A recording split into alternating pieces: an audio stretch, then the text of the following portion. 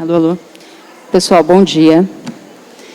Sejam todos bem-vindos ao Centro Cultural São Paulo. Eu sou a Deise, a curadora de literatura aqui da casa, estou com a Yumi, minha assistente, e nós agradecemos a presença de todos vocês.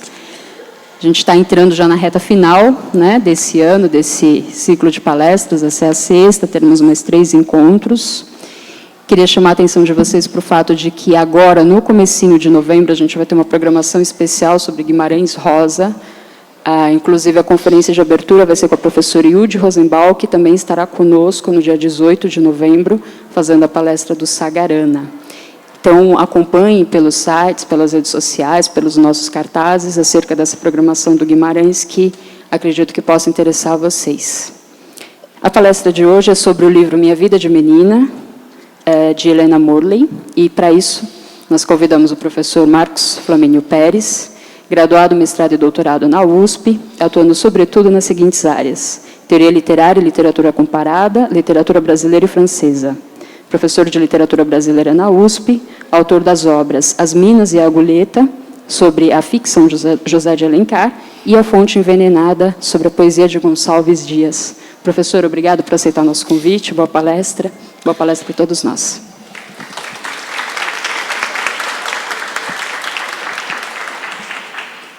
Bom dia, gente. Tudo bom com vocês?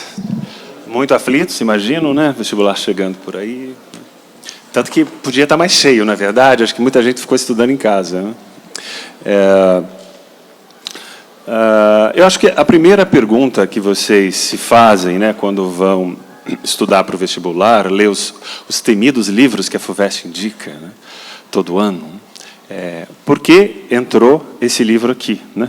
Helena Morley, né? Minha Vida de Menina, da Helena Morley, né? Quando vocês veem a lista, que modifica um pouco de um ano para outro, vocês veem lá: Vidas Secas, do Graciliano Ramos, Memórias Póstumas de Brás Cubas, alguma poesia do Drummond. Quer dizer, essas são obras canônicas da literatura brasileira, né? Canônica é um termo que vem da música, que é algo que se repete, de tão importante que é, ele costuma ser continuamente repetido, dada a sua importância. E são obras fundamentais e muito importantes mesmo, né? Iracema, por exemplo, é um clássico da literatura brasileira desde que foi lançado. Lá no final do século XIX já era um clássico, as pessoas já tinham que ler aquilo, era uma obra de referência, era um romance de formação, né, para quem queria entender literatura brasileira, né? Agora, quando vocês se deparam com uma obra como Minha Vida de Menina, vocês têm uma obra que não é uma obra canônica, né, no sentido de que é inescapável para quem quer saber de literatura brasileira, quer conhecer a literatura brasileira em seus momentos cruciais, seus momentos centrais, né? Ainda não é, né? Ela está em processo de canonização, ou de, vamos dizer assim, santificação quase, né? O problema de uma obra se tornar canônica, ou seja, entrar no cânon da literatura brasileira, entre aquelas obras que são muito importantes, né, é ela se tornar chata, né? Vocês imaginam que vocês, quando veem a lista Iracema, de José de Alencar, torçam o nariz, né? Que chato, né? Eu entendo, né? Muitas vezes, e eu imagino que vocês tenham passado por essa experiência, tanto em cursinhos quanto em colégios, vocês não conseguem ter acesso à própria obra, vocês não leem a obra, né? Mas leem talvez um capítulo, 2 ou 3, ou muitas vezes digamos, um resumo ali bem feito, né? Eu entendo que isso vocês não têm tempo para ler todas, muitas vezes, mas muitas vezes é uma obra tão sacrossanta, tão sagrada, né, que a gente tem medo de entrar, tem medo de falar uma bobagem, tem medo de entrar ali, ler e achar que aquilo não tem nada a ver, né? Isso é o risco de uma obra se tornar canônica, né? Quando vocês vão ler, por exemplo, Sagarana, é uma obra de uma beleza extraordinária, né? Assim, para vocês lerem deitado na rede, lá na praia, em janeiro, sem pensar em vestibular, né? Já passou na FUVEST ou não, a obra existia antes da FUVEST. Viu, gente? Isso é importante vocês entenderem. Iracema, Sagarana, alguma poesia, existia antes da FUVEST, a FUVEST é depois, né? Então, é importante que é uma obra que transcende o vestibular, né? Importante a gente se debruçar sobre elas, né? Muito bem.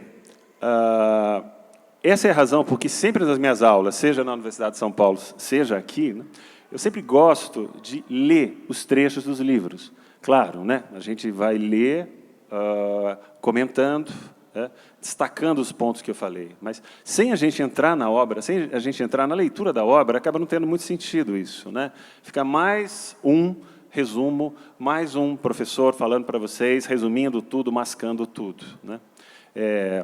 Caso vocês não tenham o livro com vocês aí, ou deixaram em casa, ou por alguma razão não está disponível, eu vou sempre mencionando as páginas ou as entradas dos trechos que eu vou mencionar, né? Porque entrada, né, vocês sabem que é um diário esse livro, né? Então tem sempre as entradas, que são as datas em que ocorrem cada um dos acontecimentos que ela narra, né? E são muitas e muitas e muitas e muitas entradas, não é? Bom, retomando a minha pergunta inicial, por que será que essa obra entrou no vestibular da FUVEST ao lado dessas obras já tão canônicas, né? Por duas razões, eu diria, né? E duas muito importantes e muito complexas, né? A primeira delas é que ela tem uma particularidade, né, em relação a todas as demais que estão na lista de vocês, né? Dessa lista de 2017, da lista de 2018, da lista dos vestibulares anteriores, que é a seguinte: trata-se de uma obra narrativa, ou seja, uma história contada em forma de diário, né? Não é conto, como é Sagarana, não é um romance, como é Iracema, como é Memórias Póstumas, não se trata de poesia, né, como, por exemplo, o Drummond, né? Então, tem essa particularidade de ser uma outra forma narrativa, né? Assim como um conto é diferente de um romance, né? Um conto é muito menor, um conto tem que acelerar a apresentação das coisas, né? O personagem tem que ser apresentado mais rapidamente, a história tem que ser contada mais rapidamente, né, do que o do romance, né? Por quê? Porque tem menos espaço, um conto é menorzinho do que um romance. Assim como tem essas diferenças entre conto e romance, também existem diferenças entre uma obra escrita em forma de diário ou uma obra escrita em forma de conto, de novela, de romance, de poesia, é claro, né? Então, essa é a questão, uma das questões centrais, porque Minha Vida de Menina está aqui na lista de vocês, infernizando, né, com mais uma obra. Eu vou tratar desse tópico mais para o final da minha apresentação, da minha palestra. A outra questão importante, outro aspecto importante desse livro, que eu vou começar a tratar já agora, é que Minha Vida de Menina faz um enorme panorama, um grande panorama das condições de vida, né, num determinado momento e lugar do Brasil. Ou seja, lá no norte de Minas Gerais, em Diamantina, né, uma cidadezinha que havia sido rica por conta da mineração e que agora encontra-se num processo acelerado de decadência econômica, né? Como são, esse diário vai nos dizer, como são os modos de sociabilização das pessoas, ou seja, como elas se relacionam, quais os valores que estão embutidos no modo das pessoas conviverem, né? Viverem entre si, né? Mas qual é o que movia a economia daquela cidade naquele momento do final do século XIX, né? Mas qual era o papel da religião? Qual era o papel da família? Né? Qual era o papel dos ex-escravos? Né? Tem mais ainda, que é um aspecto muito saboroso dessa Minha Vida de Menina, é a questão da linguagem, né? É uma linguagem muito estranha para nós, né, leitores de literatura do século XX, porque tem uma linguagem muito coloquial, né, uma linguagem com marcas de oralidade muito fortes, né? Por que tem essa linguagem coloquial, essa linguagem oral, né? Em primeiro lugar, porque se trata de uma obra de uma escrita íntima, né? Escrita por uma menina de entre 13 e os 15 anos, né? Entre os anos de 1893 e 1895. Né? Então, esse aspecto é o primeiro desse amplo panorama que esse livro Minha Vida de Menina oferece, a questão da linguagem, né?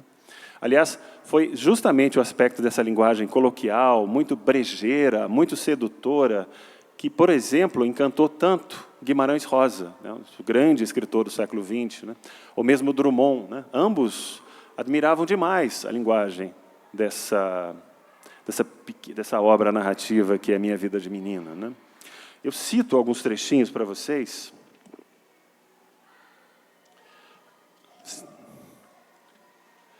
Por exemplo, olha o que ela vai dizer, a nossa Helena Morley, a nossa narradora, né? Eu acho que a pior invenção da vida é mingau de fubá. Ou, tinha visto muita coisa na vida, mas padre mexeriqueiro foi hoje a primeira vez, né? É um tipo de linguagem muito estranha a nós, que vivemos num meio completamente urbanizado, né? Metrópoles, né? Pleno século XXI, né, antenados com o mundo inteiro, né, através da internet ou não, né. Mas mesmo no final do século XIX, esse tipo de linguagem, essas expressões, mingau de fubá, mexeriqueiro, né, falar do padre, eram coisas estranhas aos principais aglomerados urbanos da época, né. Recife, Salvador, Rio de Janeiro, obviamente, a capital, né, e mesmo São Paulo, né, que no final do XIX estava passando por um processo muito acelerado de urbanização, né? Esse tipo de linguagem, esse tipo de convívio tão próximo das pessoas entre si, né, era estranho, já era estranho lá, né? Então, esse é o primeiro aspecto que eu acho muito saboroso desse amplo panorama que Minha Vida de Menina oferece a nós, né? A culinária também vocês devem ter passado por milhares e milhares de receitas desse livro, né? Referências que, para quem não nasceu no interior, ou quem, por acaso, não tem um parente no interior, a avó que morou ali, a tia em Minas, sei lá o quê, ignora completamente, né? Alguém já comeu mingau de fubá, por exemplo? Já? Puxa. É bom, né? Veja esse trecho, por exemplo. Ela vai falar no dia 6 de maio de 95. Depois que nos despedimos do professor, nos separamos dos colegas na porta. Elas foram terminar o dia na escola e nós descemos pelo Burgalhau até o Rio Grande. Na virada do beco, encontramos uma vendinha. Isso é uma coisa muito comum no interior, né? Uma venda de beira de estrada, que você vende os mantimentos básicos de sobrevivência, né? Elvira, que sempre tem dinheiro, comprou rapadura. Sabe o que é rapadura, né? A cana-de-açúcar prensada, o açúcar prensado. Farinha de milho e queijo. Fomos à casa de uma preta nossa conhecida e lhe pedimos uma vasilha. Ela nos trouxe uma cuia muito limpa e nós misturamos a rapadura, queijo e farinha com água fria e fizemos uma jacuba de outro mundo. Sentamos-nos na lapa e fizemos descansadas nossa merenda. Depois, tiramos os botins, as botas e metemos os pés na água. Uma jacuba é uma pasta feita de farinha de milho, de mandioca, com água, queijo e rapadura, tudo misturado, e é uma iguaria, né? Uma iguaria muito comum naquele momento, naquele lugar, né? Esse aspecto da linguagem, da culinária, né, é muito recorrente nesse diário, né? E funciona como uma espécie de registro de costumes, de hábitos perdidos, né? Esse aspecto desse livro, de registrar hábitos, culturas, é fundamental, né? Que a gente pouco encontra na literatura produzida, escrita, pelo menos, no final do século XIX, né? É uma literatura muito urbanizada já, né? Vocês pensem, por exemplo, no Memórias Póstumas, pensem, por exemplo, em Senhora, do Alencar, pensem, por exemplo, em Cortiço. São todas narrativas que se passam não só na cidade, como na cidade grande, se passam no Rio de Janeiro, quer dizer, a grande metrópole nossa, né? Aqui é o contrário. A gente está nos cafundós de uma cidadezinha perdida, decadente, né? A qual ninguém vai, né?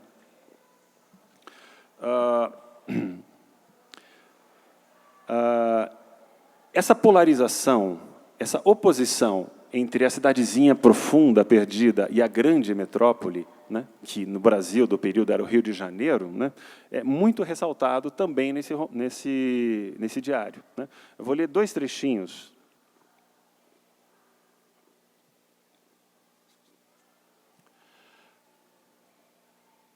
No dia 4 de março de 93. Nós temos a mania de achar tudo que é de fora melhor do que é nosso. Tem alguma atualidade esse comentário, aliás, não tem? Doutor só tem valor vindo de fora. Rapaz, para as nossas moças ficarem com influência, tem que vir de fora. O que é nosso não presta. Só de outras terras é que é bom. Eu mesmo pensava isso. Não vou mais pensar assim. O que é mal há de ser bom de agora em diante. E um pouco mais adiante. Olha lá, no dia 17 de setembro de 94. Tia Mede, vocês se lembram da Tia Mede, quem leu aqui? É uma personagem fundamental dessa história, né? A tia inglesa dela, né, da Helena. Tia Mede chegou ao Rio de Janeiro, chegou do Rio há pouco tempo. Desde a sua chegada, não tive mais sossego. Tenho de andar de guarda-sol para não me queimar, que as meninas do Rio não têm sardas. Tenho de andar de cabelo solto, porque as meninas do Rio andam de cabelo solto. É constantemente a mesma molação. As meninas do Rio se vestem assim, se penteiam assim. Não me importaria que o vestido fosse feito como o das meninas do Rio, só queria que fosse cor-de-rosa. Né? Esse deslumbramento com a capital, né, é um dado muito importante, né, num país historicamente construído, como é o nosso, Brasil, né, a partir do litoral, né, a partir das franjas. Né. Quando a gente estuda a história do Brasil, a gente sabe como o Brasil, né, ao longo dos séculos de colonização, demorou uma barbaridade para se interiorizar, ou seja, para entrar nos sertões, propriamente. Né. Os sertões se tornaram um lugar ermo, de difícil acesso, de gente rude, grossa, sem educação, violenta. Né? Quer dizer, se consolidou esse mito sobre o sertão, né? Que a gente vê, por exemplo, nos filmes do Glauber Rocha. Né? Quer dizer, e, ao mesmo tempo, uma espécie de... O sertão virou um repositório da nacionalidade do Brasil, né? Aquele Brasil ainda que não se misturou com a Europa, que ainda não está sujeito a influências externas. Né? E essa polarização tem a ver diretamente com essa relação. Quer dizer, pela primeira vez, no final do século XIX, está havendo um processo de interiorização, quer dizer, de conhecer esse Brasil que está para além do litoral. Né? Se vocês lembrarem um outro grande romance do século XIX, que é Os Sertões. O que é Os Sertões? Né? É a história de uma guerra, né? de um bando de fanáticos liderado pelo Antônio Conselheiro, né, que viviam no sertão remoto, mas, sobretudo, é um romance em que dá a conhecer um lugar completamente desconhecido para os brasileiros que moravam no litoral. Né? Quer dizer, que sertão é esse? Que Brasil é esse? De que a gente está falando quando está falando de sertão? Né? Desse lugar tão remoto. Né? Quer dizer, esse diário já apanha esse aspecto. Né? Quer dizer, essa é a vida de um sertão remoto, né? Uma cidadezinha que foi importante e que decaiu. Né? Um Brasil completamente desconhecido de todos nós, né? De todos aqueles que moravam no litoral. Né?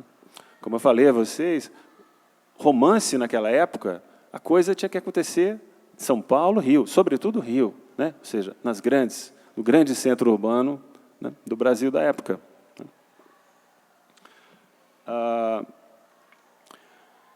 Uma característica de um tipo de vida como essa, passada nesse interior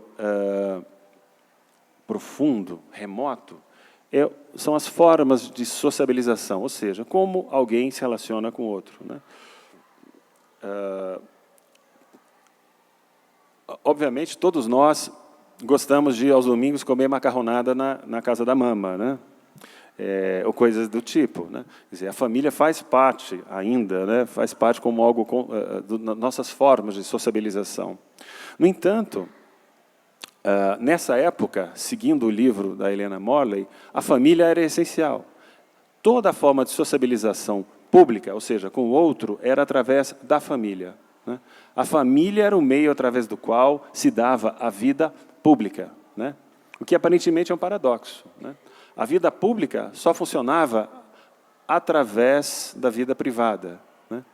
Vocês, por exemplo, vão se lembrar de tantas e tantas festas que a narradora conta que ela passava na casa, na grande chácara, bela chácara da avó, né? Onde ela ia tanto, né? A avó que ela idolatrava tanto. Né? Eram festas em que estavam a mãe dela, os irmãos, mas também os primos, mas também as pessoas próximas, né? Os agregados, né? Agregados são aquelas pessoas que eram livres, né? Não tinham posses materiais, então que viviam um pouco das franjas, das migalhas dessas grandes famílias, né? Que ainda detinham algum dinheiro, né? Quer dizer, havia um universo familiar, uma sociedade ampla que saía, que escapava só de mãe e família. Havia avó, primos, tios, ex-escravos que viviam com a avó e agregados, né? Ou seja, a ideia de família, o espaço da família, por mais que a gente associe ao espaço da intimidade, da privacidade, é também o espaço público, nessa Diamantina do final do século XIX. Né? Quer dizer, o espaço da sociabilização é o espaço da família. Né?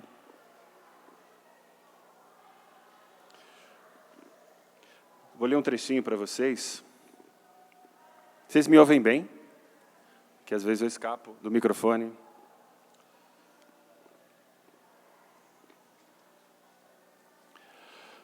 Pequenos trechos, como a família, é um dado recorrente, né? E se a gente não lê com calma esse livro, a gente passa batido e não percebe isso, né? Ela vai dizer, um dado momento ali, uma das tantas passagens, a família inventou agora um jogo de 31. Quando é na chácara, eu não perco, porque as negras fazem sempre uma ceia muito boa para as 9 horas, e eu ainda volto para casa a tempo de fazer meu exercício. Pouco mais embaixo, uma outra entrada do diário. Tia Aurélia, ontem, mandou convidar a família para ir lá jantar.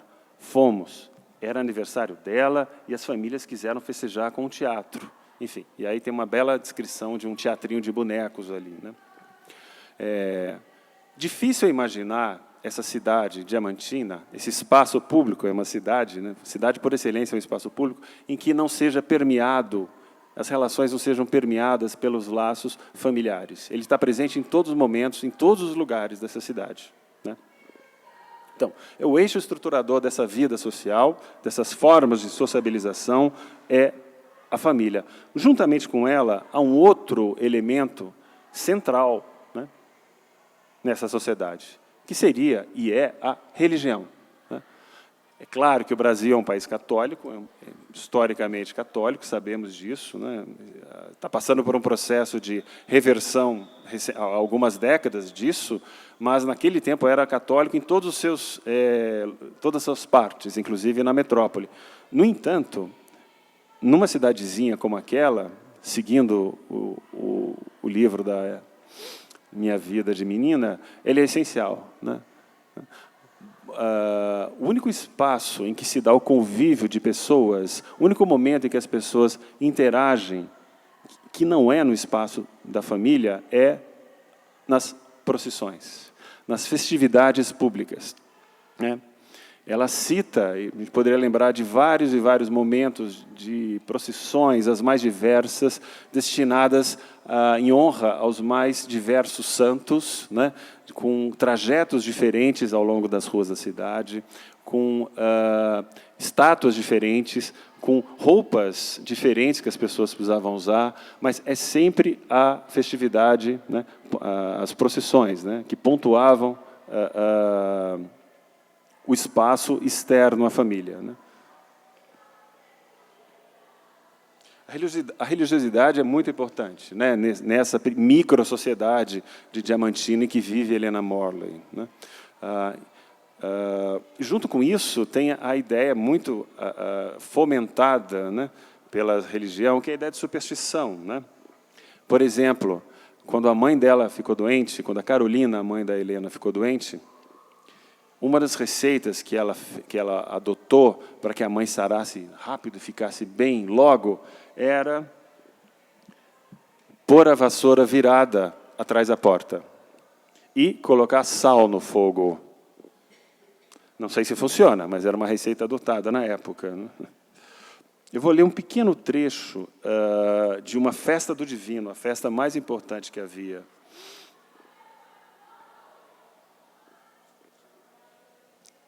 Eu acho a festa do divino uma das melhores que nós temos.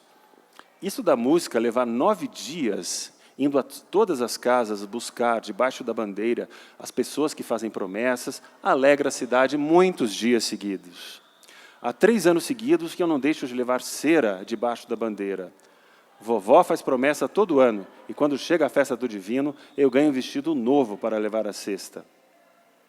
Aí ela vai descrever as estátuas de santos. Na sacristia da Igreja do Amparo, as paredes estão cheias de milagres, cabeças, braços e pernas, e até meninos inteiros, feitos de cera, né, para exibir na procissão, e tão bem feitos e cheios de feridas, que parecem de verdade. Né? Ou seja, a igreja é o complemento do modo de sociabilização naquela cidade. Ou é a família, onde se dá, digamos, cotidianamente, é no espaço ali da chácara da avó, em que todos se encontram, ou, às vezes, na chácara do tio, né, na casa do tio na cidade. Em momentos especiais, que são as datas religiosas, essa confraternização, esse convívio se dá ao longo das procissões, né, que são as datas muito específicas religiosas. O dia a dia, a família, e depois a religião.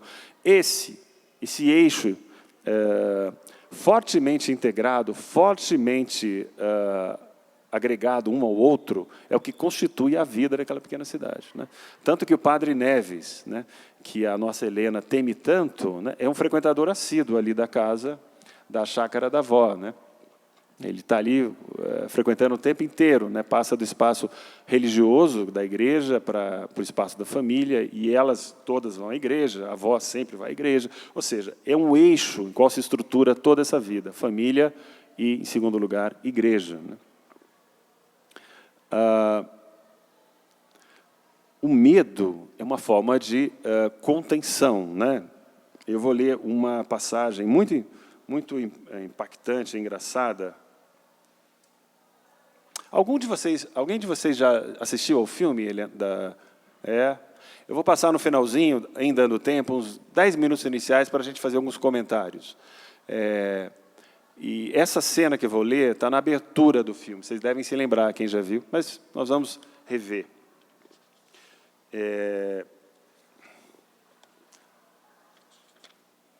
Lá no final, ela conta, na penúltima página, na verdade, no finalzinho, ela conta a primeira comunhão, quando ela faz. E o padre Neves chama um padre, outro, né, muito bom de oratória e de lábia, né, para, né, botar medo nas meninas. E tal. Aí vem a frase, o discurso desse padre. Minha primeira comunhão, hein, gente? Tem uma importância central ali. Né? Minhas meninas, esse dia é o maior e mais feliz da vida de vocês. Vão receber dentro do peito o corpo, sangue e alma de Jesus. Esta é uma grande graça, minhas queridas, que Deus lhes concede. Mas, para isso, é necessário que estejam preparadas, contritas, e não tenham ocultado nenhum pecado no confessionário. Se ocultarem algum pecado e receberem a comunhão, é um horror. Conheço muitos casos horríveis, mas vou contar-lhes apenas um, para exemplo. Uma vez, uma porção de meninas fizeram a primeira comunhão, como vocês vão fazer hoje. Receberam a sua hóstia e foram contritas para os seus lugares. Nesse momento, uma delas caiu para trás e morreu. O padre disse à mãe da menina, foi Deus que a levou para a sua glória. Todas as outras invejavam a companheira que morria na graça de Deus. Nisto, o que foi que elas viram, todas as outras ali? O capeta, arrastando por detrás do altar o corpo da desgraçadinha. Sabem por quê? Porque a menina escondeu um pecado no confessionário. Bom, nesse momento a Helena, a pobre Helena, pum, cai estatelada no chão, porque ela havia escondido um pecado no confessionário, que era, ela achava que padre era feio, e não contou para o padre Neves quando teve que fazer a confissão antes da primeira comunhão. Né? Ou seja, essa ideia do medo, da superstição, como uma forma de controle social que a religião, né, impõe naquela pequena sociedade. Né? Então, percebam em que ambiente essa nossa narradora, essa nossa menina de 13 a 15 anos vive. Né? No ambiente de muita coerção, né? De controle de ambas as partes, né? Família e igreja. Né? Ela e todas as outras. Né? A gente sabe, né, nós que já lemos o livro, como a Helena Morley, a pequena Helena, ela não se ajusta muito bem a essa sociedade. Né? E a mãe vira e mexe e diz para ela, mas você é muito assanhada, você quer aproveitar o dia, como se quer aproveitar a vida como se fosse acabar amanhã. Né? ela é muito diferente, e todas as primas, os tios, a recriminam por isso, né? Ela tem um certo desajuste nessa sociedade que a gente vai ver um pouquinho mais para frente. Gente, tudo bem até aqui? Se por acaso tiver alguma passagem que vocês acharem que está incompreensível, que não tem nada a ver, Lé com Cré, vocês me falem que eu volto, né? Bom, em contraponto a esse profundo conservadorismo, né? E conservadorismo não é um juízo de valor, né? Não estou dizendo que está certo ou errado, né? Ou seja, uma sociedade estabelecida em valores muito sólidos, religião e família de um lado, começa a despontar aqui e ali nesse diário o quê, né? As novas ideias, descobertas científicas, como, por exemplo, o telégrafo. A cena em que o primo dela monta o primeiro telégrafo da cidade é incrível, de engraçada, né? Reunião, toda a família, a ampla família, se reúne para ver como funciona um telégrafo, né? Depois, numa outra passagem, o primo dela, o Leontino, dá a ela, depois de uma refeição, o primo Leontino, vocês se lembram, aquele que veio do Rio, que estudou no Rio de Janeiro, é o Janotinha, né? Que estudou na capital, né? E ele oferece a ela de sobremesa vocês se lembram dessa cena? Sorvete. Ela fala, o que é isso? Por que o sorvete é uma novidade tão grande, né? Não é porque lá se fazia 10 graus negativos e não se comia sorvete. Não, não é por isso. Porque o sorvete, fazer um sorvete e manter o sorvete, implica que você tenha o quê? Energia elétrica. E energia elétrica, para manter refrigerado, né, ou minimamente refrigerado, é algo que implica a cidade ter luz elétrica, né?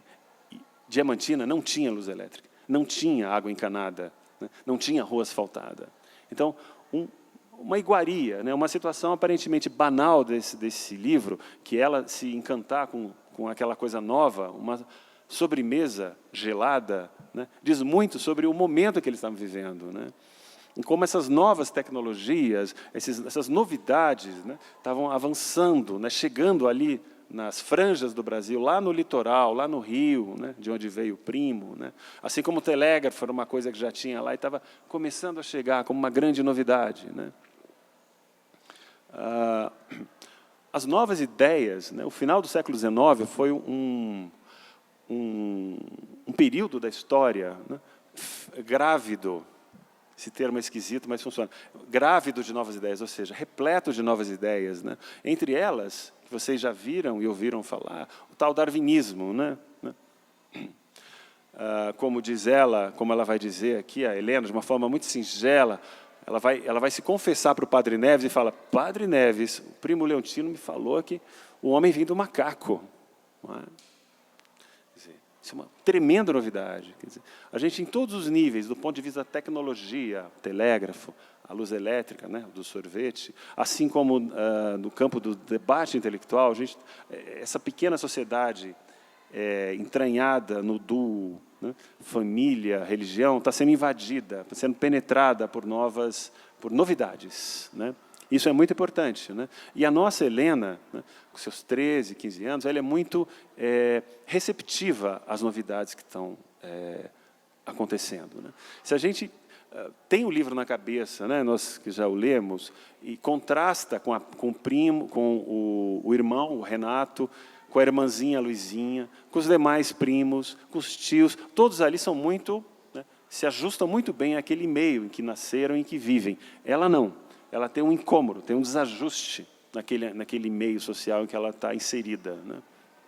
E ela recebe as novidades com muita sede ao pote, né? Ela vai com muita sede ao pote às novidades, né? Bom, apesar das novidades que a gente vê na tecnologia, né, na luz elétrica, nas ideias novas que estão surgindo, toda a sociedade é feita de velho e novo, né? E um velho que permanece permanece até hoje é o racismo, né? E o precário, né, arranjo social que tomou conta da sociedade brasileira após o fim da escravidão, né? Vocês sabem, essa história se passa em 1893 e 95, ou seja, a gente está há alguns anos, né, bem poucos anos do final, do fim da escravidão, né? Como que a gente vai encontrar os negros descritos nesse romance, né? Bom, em 3 níveis, que eu diria que são 3 níveis de degradação contínua, né? Por quê, né? Não pode ser mais escravo, então ninguém oficialmente é de ninguém, né? Você como proprietário, você não pode ter a posse de ninguém, né? Ou seja, do escravo. Todo mundo foi libertado. Como vivem esses escravos, né? Como são descritos aqui no diário da Helena Morley, né? Uma boa parte deles que eram ex-escravos da avó dela, vivem ali, resolveram ficar como agregados da avó. Ou seja, a avó deixou ali eles morarem em casinhas simples ali e os sustenta, de algum modo, né? Eles fazem trabalhos ali esporádicos, mas eles têm uma relação afetiva muito forte com ela, que devia tratá-los bem, devia tê-los tratado bem, né, na época da escravidão. E ficam ali, né, um pouco à deriva, naquela grande chácara, né, ajudando nas coisas da casa, embora sejam livres e tenham, né, e tivessem a possibilidade de irem para outros lugares, né. Por que não saíram de lá, né? Por que se tornaram, digamos, escravos não oficiais, né? Por uma razão simples, né? Aquelas pessoas não tinham nenhum tipo de não tiveram nenhum tipo de acesso à educação, né, a posses, não tinham nada acumulado, de modo que, se elas saíssem, viveriam de forma mais precária, né? A Helena Morley cita, nesse romance, vários outros personagens que vivem, ex-escravos, que vivem de uma forma mais precária e pobre possível, né, nas franjas da Diamantina, né? Moram na periferia da cidade, de forma paupérrima, né? Quase sub-humanas, né? Quer dizer, esse é o destino que esperaria esses escravos, que ficaram com a avó, né? Ou seja, um destino mais degradado ainda. Ou então, um outro destino, mais degradado de todos, que são os famosos loucos da cidade, né? Tem uma passagem em que a narradora menciona os tantos e tantos loucos que transitam pela cidade, né? Aquela que se acha uma francesa, que só fala palavras de francês, como se ela fosse uma dama francesa vivendo ali, exilada no meio do sertão do norte de Minas, né? E tantos outros malucos, né? Por quê, né? Esse é o destino dos escravos libertos. Ou se sujeitar, como os da avó, ou viver em situações as mais degradantes possíveis, ou ainda pior, perambularem, né, sem eira nem beira pela cidade, né, taxados como loucos e vivendo das migalhas que eram oferecidos por todos, né. Se a gente analisar esse contexto que a gente vê escrito no Minha Vida de Menina, talvez a gente não esteja tão longe, né, do que acontece na realidade da sociedade brasileira ainda hoje, né. Esse grau de degradação tão grande, né. A gente está falando de final do século XIX, a gente está no início do século XXI, né.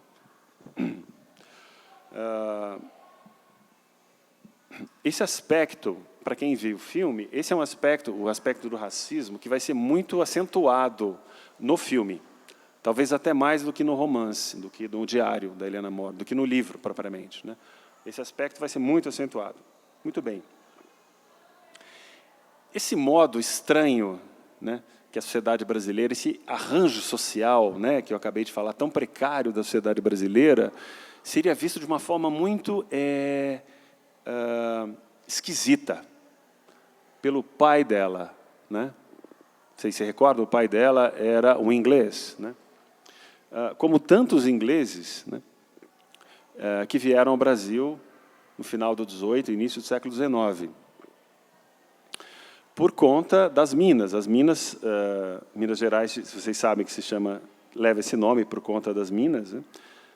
E vieram para enriquecer, né? E alguns, depois que as minas começaram a rarefacer, deixaram de produzir, né? Ficaram secas de minérios, né? Foram ficando, né? Tentando a vida, mesmo com vidas muito pobres. E é o caso do Alexandre, que é o pai dela.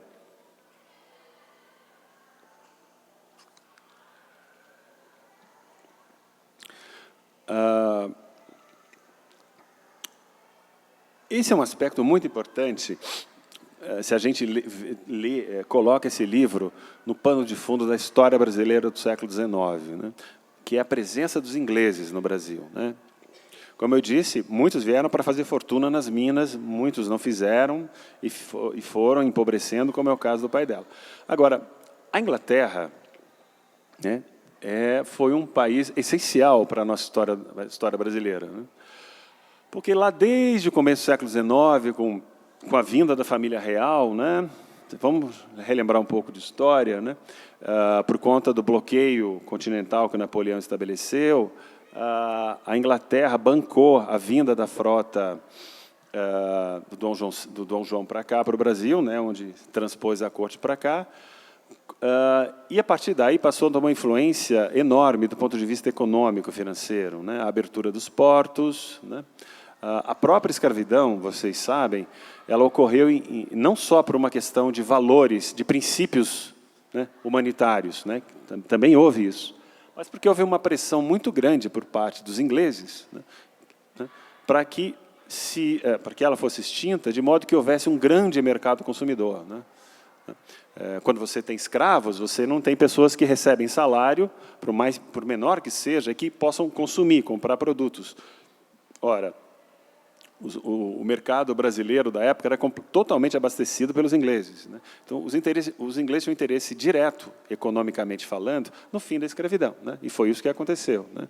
Então, tanto do ponto de vista político quanto do ponto de vista econômico, a Inglaterra é um ator essencial da história do Brasil no século XIX, né? Embora não pareça, né?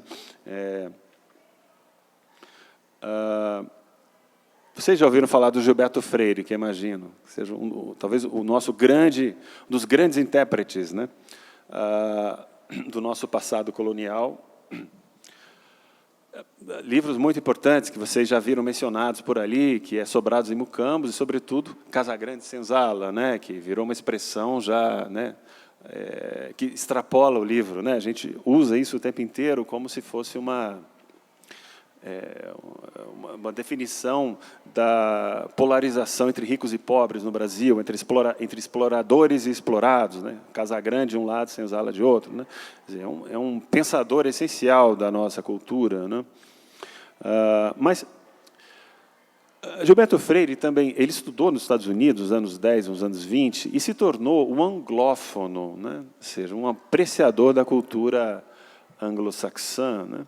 A ponto, né, os biógrafos que dizem isso, ele já morando, né, lá no Recife, ele andava naquele sol escaldante lá do Nordeste, andava sempre com seu impecável paletó de tweed. Você sabe o que é tweed? É aquela lã quadriculadinha, marrom, que é muito usado, né, produzida na Inglaterra, né, obviamente por um clima ligeiramente mais frio do que o Nordeste brasileiro, né? Mas ele usava o tempo inteiro, né? Tamanha sua anglofilia, né? E ele escreveu um livro importantíssimo, que, embora muito antigo, né, muitas pesquisas rolaram depois desse livro, mas é um livro muito importante para nós entendermos a presença dos ingleses no Brasil, né, do ponto de vista cultural, costumes, hábitos, econômico também, né, que se chama Ingleses no Brasil, justamente. E lá a gente sabe, por exemplo, que, a despeito da influência econômica fundamental que eles tinham no Brasil, ou seja, todo o mercado consumidor brasileiro era praticamente abastecido pelos ingleses, o mercado consumidor brasileiro representava mais ou menos ocupava o terceiro ou quarto lugar para a economia inglesa, ou seja, nós éramos muito importantes como mercado consumidor para eles, né? Então, apesar desse aspecto fundamental, diz o Gilberto Freire, no Ingleses no Brasil, os ingleses sempre se mantiveram socialmente afastados, né? Os ingleses que moravam aqui, né, os grandes mercadores, né, eles nunca interagiram completamente, né, nunca procuraram se aproximar da sociedade brasileira. Isso mesmo no Rio de Janeiro, né, que havia brasileiros ricos já, né? Eles sempre se mantiveram afastados, né?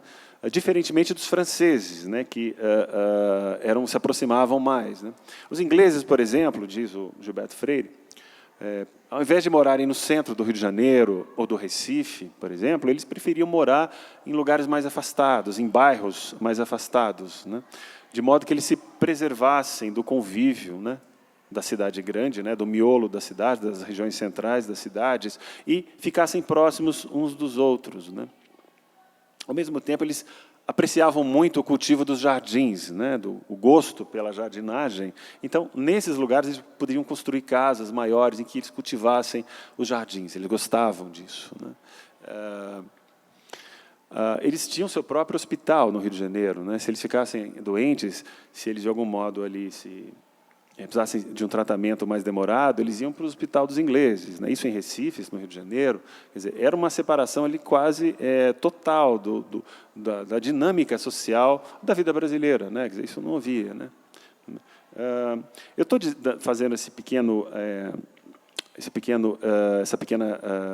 pequena parte, né? O que eu estou falando não está no livro da Helena Morley, mas é importante para a gente entender várias coisas que ocorrem no livro, no que diz respeito ao pai inglês e à tia inglesa, né?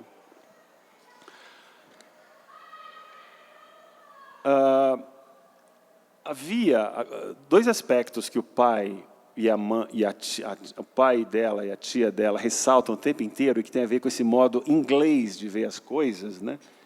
Tem a ver com duas coisas que os assustavam, sobretudo o pai, que eles não entendiam porque as coisas eram assim, né? O pai, sobretudo, né? Você se lembra que o pai dela era um minerador pobre. Então, ele ia lá nos veios já empobrecidos, né, que já havia poucos diamantes, e ficava lá, né, tentando caçar. Colocava o pé na lama, as mãos na lama, ou seja, fazia um trabalho braçal, né?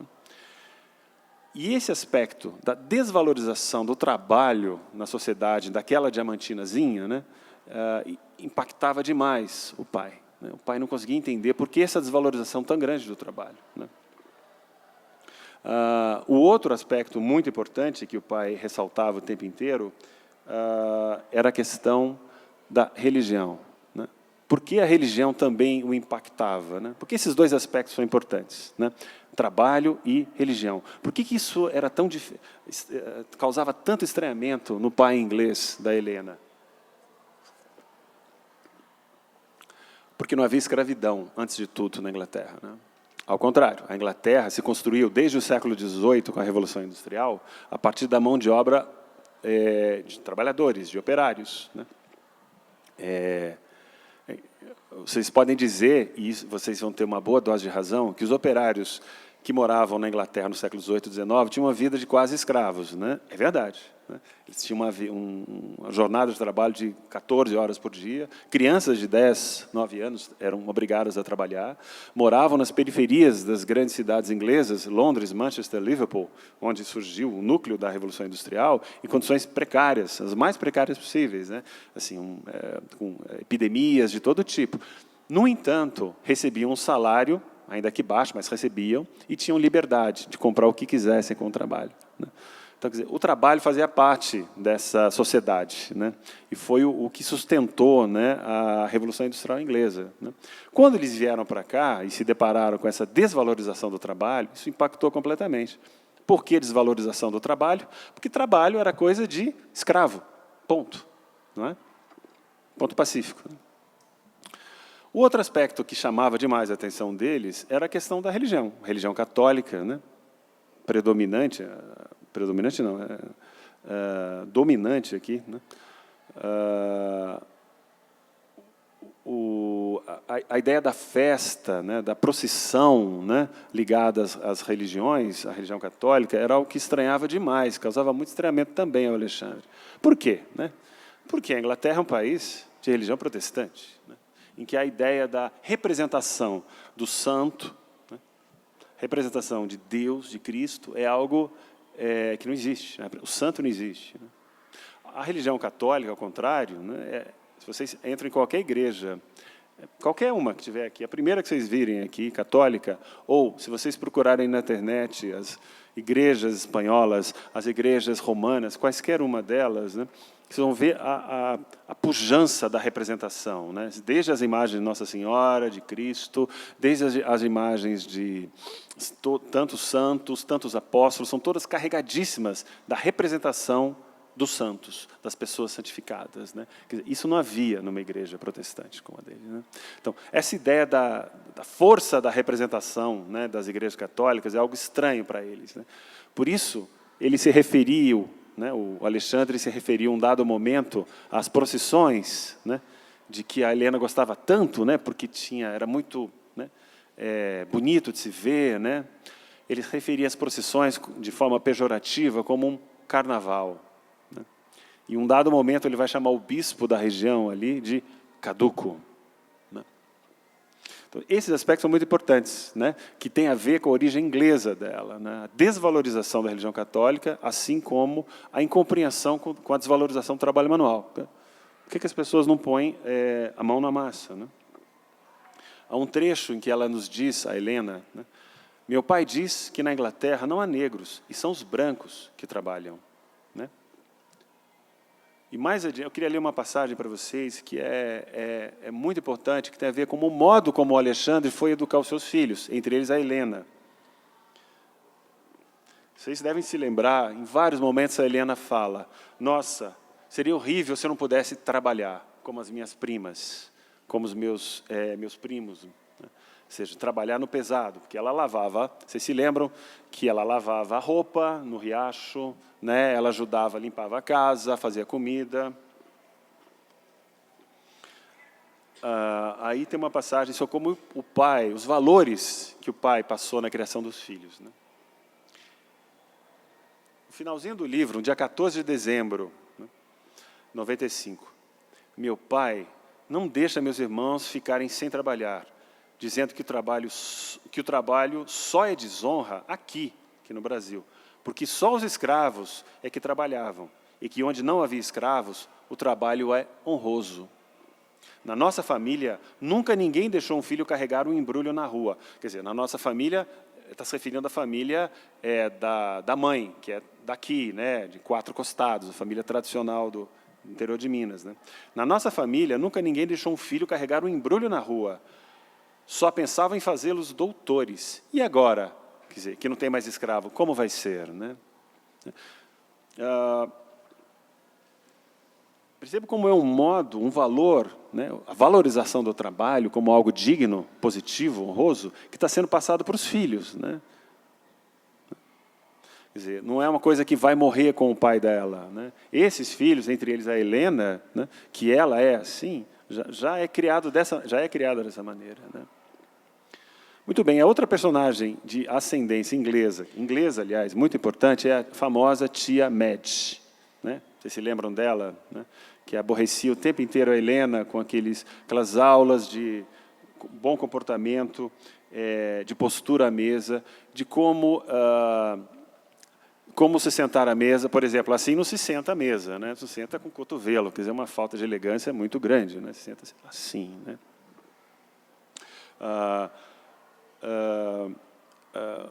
Nunca interromper o outro quando estiver falando, enfim, coisa de gente sem educação, né? Certas palavras não se usam em público, e, ao mesmo tempo, noções de economia doméstica, ou seja, você precisa aprender a não gastar, a economizar as coisas, de modo a que não lhe falte nada, né? E, ao mesmo tempo, ela também dizia, quer dizer, ensinava a sua sobrinha condutas na vida como um todo, quer dizer, ou seja, ela ensinava o que a gente poderia dizer, muito entre aspas, à sua sobrinha, o que é a civilização, né? Ou os padrões daquela civilização, que era a civilização que estava predominante no mundo, que era a inglesa, né?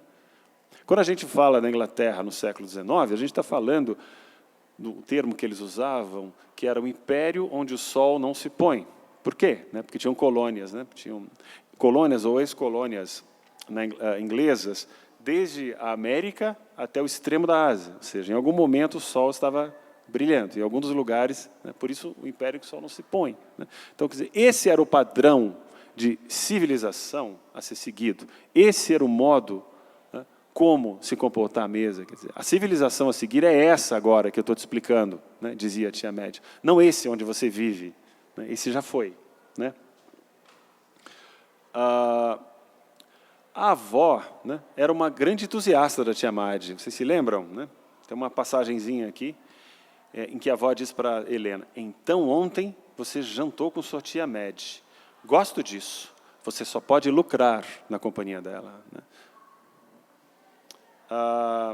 Em seguida, uma passagem muito divertida, a Média vai contar como foi esse famoso jantar na casa. A Helena vai contar como foi o jantar na casa da tia Média. Gente, tudo bem até aqui? Não estão com sono? Que bom, porque tem mais um tanto, hein?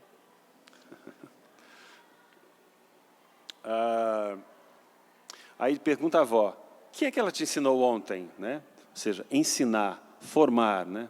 Educar. Né? O que a Média faz. Né? Aí responde a Helena, tanta coisa, conte-me algumas. Bom, de dia ela me deu lições de educação e de noite de economia doméstica. Né? Diz a avó, como foi? Conte. Ela sempre aproveita para falar na falta de educação dos outros, e eu vejo que é só para me ensinar. Falou da gente que cospe no chão, coça a cabeça na sala e interrompe os outros quando falam. No jantar, ela disse que a gente não deve empurrar o prato do lugar. A gente bebe a sopa e fica aguentando o prato na frente até a criada tirar. Também não se deve palitar os dentes na mesa. Vocês percebem? Quer dizer, é uma educação de comportamento. Né? Quer dizer, ela está introduzindo a sua sobrinha aos padrões da civilização europeia dominante, que é inglesa. Né? Diz a avó, quanta coisa você aprende na companhia dela, agora é praticar. Essa é uma cena notável, né? Que a resposta dela é uma sagacidade notável, em que fica muito claro para nós que a gente não está vivendo na Europa. Né? Mas, vovó, como, vovó? Se eu mesma é que tiro o meu prato do fogão, como e depois lavo? Quer dizer, como é que eu vou esperar a criada tirar? Né? Quer dizer, tem uma incompreensão da Média, da realidade que eles estavam vivendo ali. Né?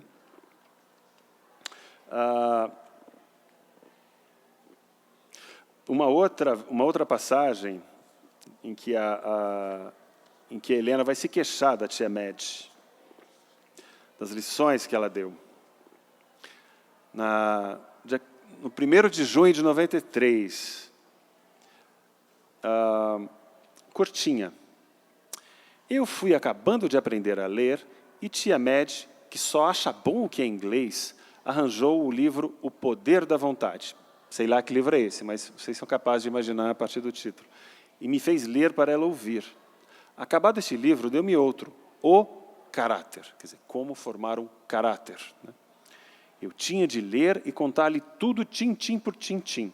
Afinal, os dois dão na mesma coisa, os dois livros. Economia, correção, força de vontade. Ou seja, economia, correção, força de vontade. Era isso que a tia Média via como princípios formadores para sua sobrinha. Né?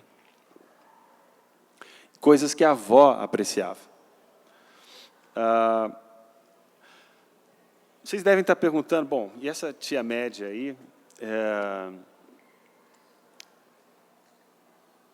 esse aspecto formador que eu estou enfatizando tanto nela, por que é importante? Bom, primeiro porque ela é inglesa, quer dizer, ela vem com um pacote de valores, de padrões de civilização para oferecer à sua sobrinha, e porque ela é uma professora.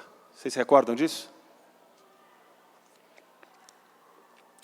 E o que a nossa querida Helena está fazendo ao longo de todo esse diário?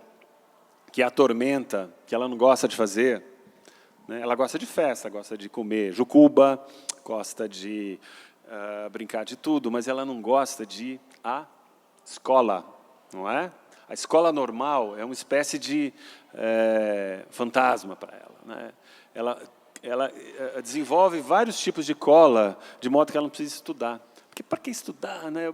Ela chega da escola no começo da tarde, vai lá na chácara da avó, brincar com os primos, correr atrás de bicho, e chega em casa, no meio da noite, na noite já começada, tendo que estudar, fazer redação. Então, nas provas de avaliação, ela sempre cria uma estratégia ali, né? Novas formas de cola. Vejam só, não é uma novidade dos nossos tempos, né? Mas a escola normal, uma espécie... escola normal, porque é a escola que formava professoras para o primeiro e segundo grau, né? A escola normal era uma instituição comuníssima, nas pequenas cidades, até os anos 70. Né? Era onde a mulher, né, obtinha alguma profissão, né, de modo que ela pudesse ter alguma vida autônoma. Né? Nesse momento, ela tem um papel muito importante. Né?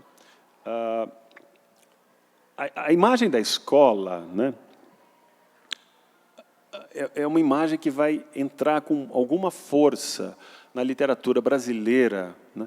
Na literatura europeia também, mas na brasileira do final do século XIX. Né? Basta a gente pensar, no nosso caso, no Ateneu, do Raul Pompeia. Alguém já leu? Pois leiam um dia que vocês puderem. Legal, legal. Né? A escola é aliás, na literatura inglesa, francesa, do final do século XVIII, no final do século XIX, ela tem muita importância. A escola como uma instituição que forma, que educa, que, aspas, civiliza. Né? O cinema reitera muito essa ideia. O grande cinemão, o cinema enquanto indústria de massa, reitera demais a ideia da escola como uma espécie de formadora, aquela que contém impulsos. Vejam, por exemplo, o grande clássico da literatura de best-seller das últimas décadas, que é Harry Potter. Né? O que é Harry Potter? É um aluno. Tudo bem que é um aluno de magia, né? Numa escola, né, perdida por ali, mas Hogwarts é uma escola, basicamente, né? Que tem um professor. Se vocês imaginarem, se vocês tirarem o aspecto mágico de Hogwarts e de Harry Potter, né, tirando que ele é um mago, que a escola, os professores são magos, etc., etc., que tem o Voldemort, essa coisa toda, é uma escola hierarquicamente estabelecida como qualquer uma. Né? A imponência, né, que assusta, os professores, os legais, os bacanas, os condescendentes, os alunos legais, a namoradinha, etc. Né? Quer dizer, é uma escola configurada com uma coisa de que é uma escola de magia, uma escola de magos. Né? Quer dizer, por que a escola é tão importante, né? E especialmente nesse século XIX no Brasil, a imagem da escola? Por várias razões. Né? Escola é o que passa princípios, valores, né? É o que forma vocês. Né? Muito a contragosto. Né? Vocês são formados, discordam dos seus professores, né? Não concordam com o que é dito ou o que deixa de ser dito, que tem posições diametralmente opostas muitas vezes, mas, digamos que é o período em que o jovem é preparado para viver em sociedade. Né? Veja isso, eu não estou dizendo que isso está certo ou errado, não estou criticando ou elogiando, mas, do ponto de vista técnico, é um momento em que todo jovem passa para aprender a conviver em sociedade, aprende como se comportar, mas aprende conteúdos, né, que o habilitem a ter uma profissão, etc., etc., etc. Bom, o que aconteceu nesse Brasil de 1893, 1895? Subitamente, por um passe de mágica, por um decreto, a gente deixou de ter mão de obra, que era mão de obra escrava. Quer dizer, quem vai fazer o trabalho nesse país? Quem vai tocar a economia? Quem vai construir pontes? Quem vai, enfim, fazer os trabalhos dos menores aos maiores? Mão de obra livre. Né? O Brasil agora não tem mais uma monocultura que depende de uma mão de obra explorada. Precisa produzir o seu próprio conhecimento. Precisa ter pessoas que dominem, né? Que tenham conhecimento de modo a que possam produzir. Não é? Essa é a razão porque a escola passa a ter uma importância notável na sociedade brasileira, a partir do século XIX, da segunda metade do século XIX, como no livro dela, que na Pequenina Diamantina, a escola normal é uma espécie de instituição que todas as amigas vão, ela vai, é o tormento dela, etc., mas está ali, né? Uma espécie de presença contínua, ostensiva, o tempo inteiro está ali. Né? Por quê? É isso. Tem que criar, digamos, uma mão de obra para uma sociedade que não tem mais mão de obra, que vivia até então da exploração, da escravidão. Né? Então, tem que formar pessoas. Não só passar princípios burgueses, mas passar como fazer. né?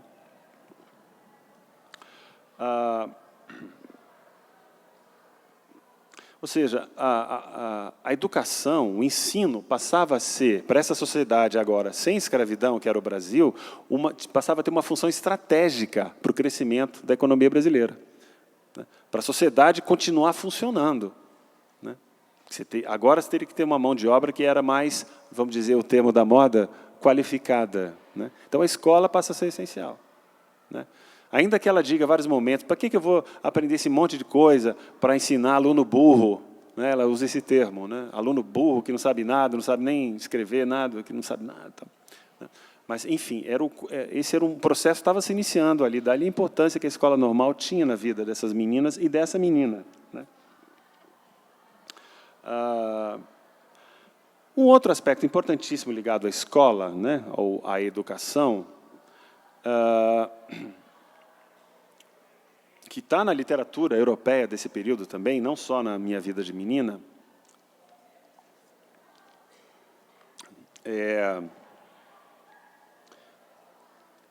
está ligado a... Gente, não durmam, hein? Não vai durar muito. Depois tem filme, não tem pipoca, mas tem filme. Está ligado à escola. Vocês vão achar, vão rir, né? Sei que vocês vão rir, morrer de rir, mas o papel da escola como libertador da mulher. Bom, a gente tem que se colocar no final do século XIX, né? O que era o papel de uma mulher, né? A gente olha aqui, a gente lê o livro da Helena Morley, a gente vê que o papel reservado à dona de casa, né? A mulher, era cuidar dos filhos, trabalhar em casa e ficar o tempo inteiro junto do marido, né? Que é o que a mãe dela, a Carolina, fazia o tempo inteiro, né? Tá ali, né? Servir o marido, né? Não tinha função, digamos, fora de casa, não tinha função pública, né?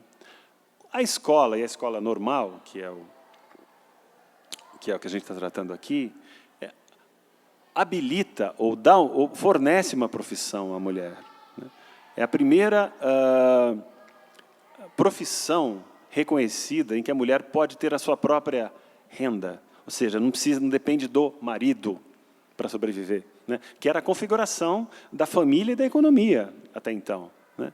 Pela primeira vez, a mulher pode ter uma possibilidade de vida autônoma, que depende só do seu próprio trabalho, e não do que o marido dá, ou da herança, né? A herança era uma outra forma de transmissão de dinheiro, né? Ou isso, ou da vida do marido, nada mais, né? Se você tivesse sorte de ter uma avó rica, ou um marido rico, né? A vida da mulher se restringia a isso. Então, a escola, né, o fato de ser uma normalista, uma professora de escola normal, abriu um leque de possibilidades para a liberação da mulher, para a independência da mulher, né? A nossa tia Mad, né, que insiste o tempo inteiro, né, nesses valores dela, era uma professora de escola normal. Eu vou ler algumas passagens, vocês vão me entender mais claramente.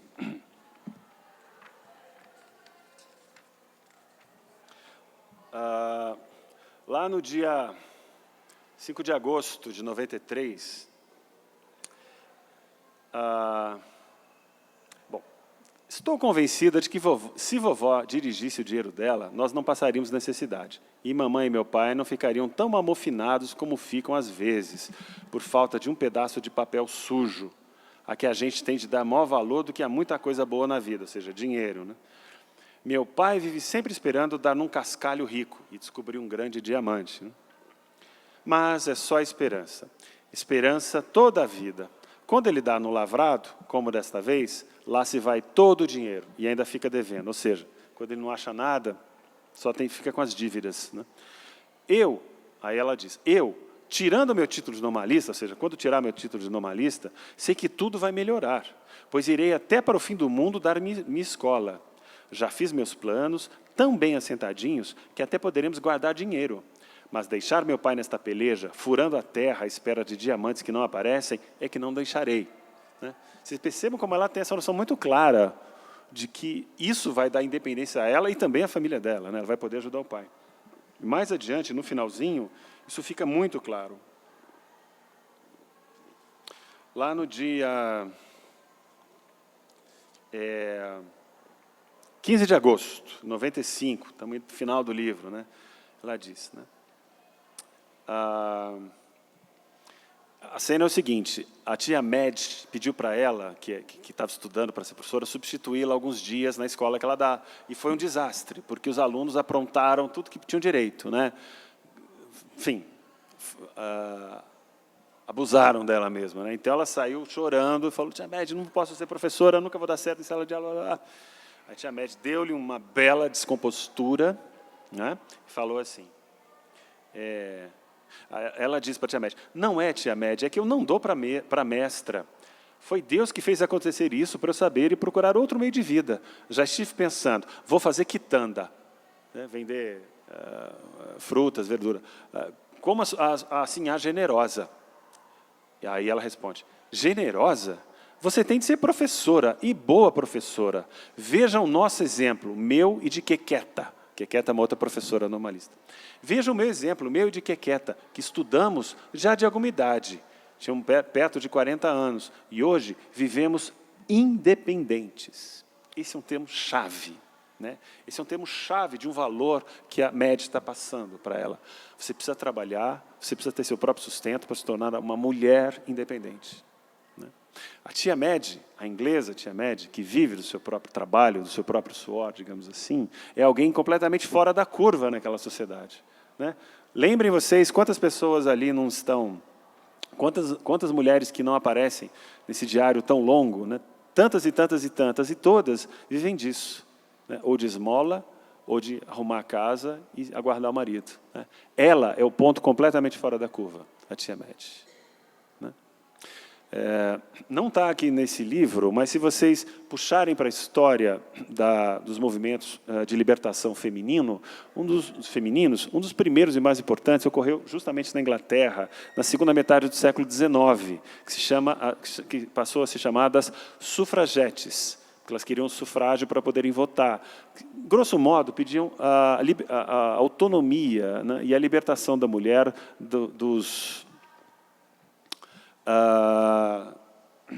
que queriam que a mulher passasse a trabalhar, a ter direitos de voto, como qualquer homem, né? Quer dizer, não se esqueça que a tia Mad viveu depois desse período e é uma inglesa, né? A noção dela de independência da mulher é totalmente diversa do que a gente vê em todas as outras aqui, que a nossa Helena Morley conta, né?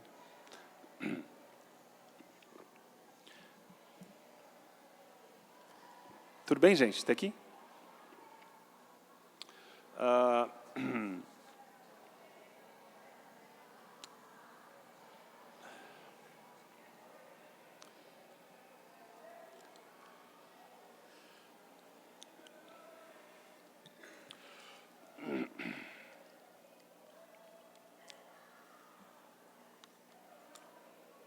Então, tem esse viés... Perdão, gente. Tem esse viés de formador que a tia Mad tem, da autonomia da mulher, de trabalhar, etc. Mas a gente sabe que a Helena não gosta de ir para a aula, né? Apesar de toda a doutrinação que a Mad fala. Pelo menos nessa fase da vida dela, ela quer saber de subir na jabuticabeira, né? Porque ela tem um lado muito, que a gente chama hedonista, quer dizer, gosta de usufruir do prazer, né? Ela gosta do prazer, né? O prazer da festa, o prazer da procissão, o prazer de encontrar a avó, os primos, todo mundo nos almoços, né? Que se opõe a essa coisa prescritiva da escola, a coisa de estudo, né? Que a tia Mad também reitera muito, né?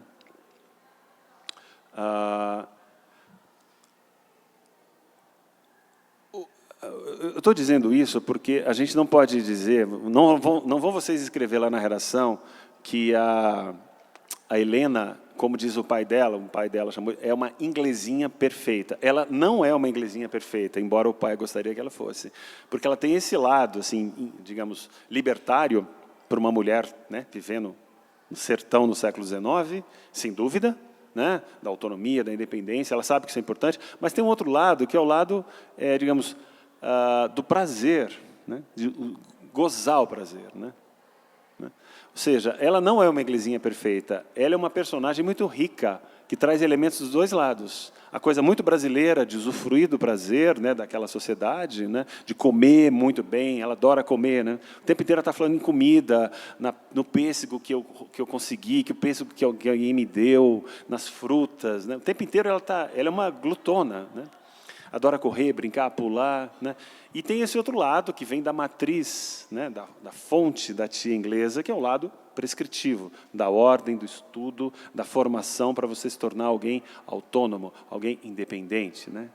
Então, é importante vocês pensarem sempre isso, quando escreverem. A Helena, a constituição dessa personagem aqui, ela traz elementos dos dois lados. O elemento ali inglês, né, da formação, da educação, da civilização, e o outro do prazer sem limites, desbragado. Né?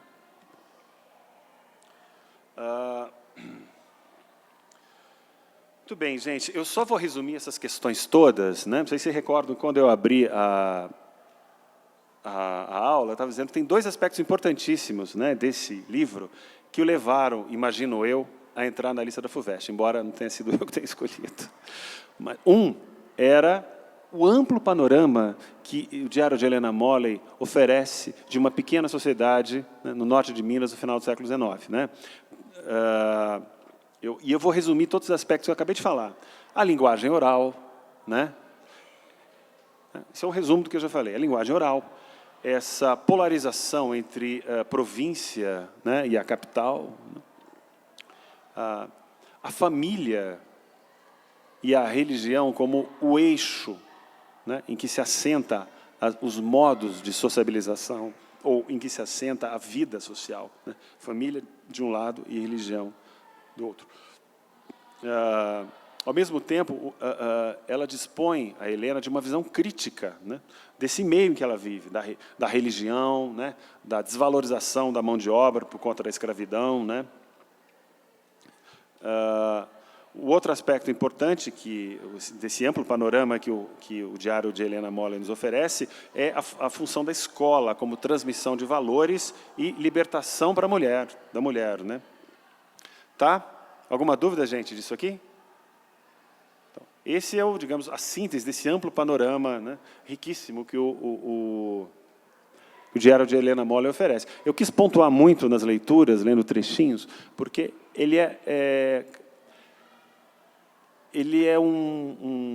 essa forma narrativa chamada diário, ela se caracteriza pela variabilidade. Né? Assuntos os mais variados. Cada entradinha, ou seja, cada data do diário dela é um assunto, uma crônica nova. É quase uma crônica de jornal, um assunto novo, uma historinha nova, uma personagem nova que entra, é um louco da cidade cuja história ela vai contar, uma história que eles foram lá roubar fruta, não sei de onde, um momento que ela ficou com inveja da prima, tudo historinha, uma historinha atrás da outra. Né? Se a gente vê no conjunto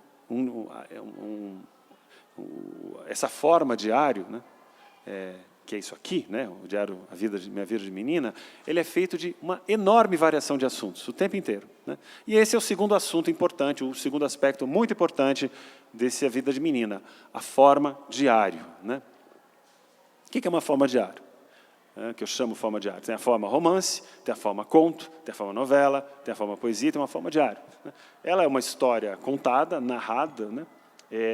Identificado por uma entrada, né? Ou seja, uma marcação temporal, sábado, 5 de julho de 1894, por exemplo, né?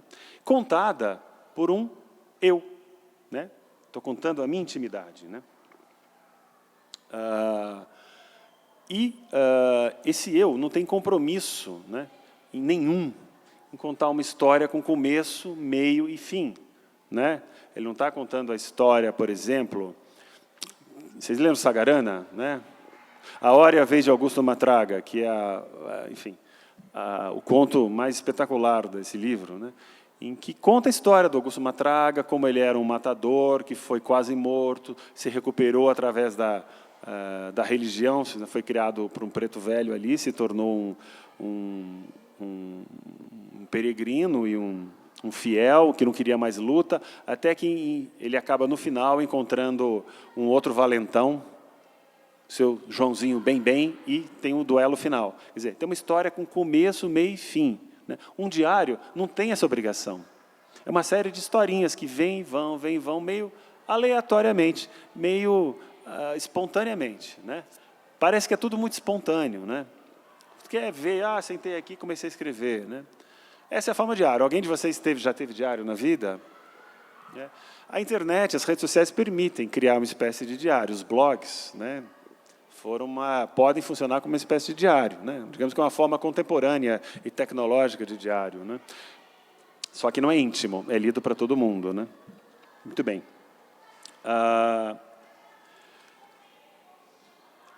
O diário ele pode ter uma função estética, ou seja, a gente vai escrever, vai usar uma linguagem elaborada ou com regionalismos, com expressões da região em que acontece, que é o caso aqui. Você tem uma função da linguagem, trabalhar com a linguagem.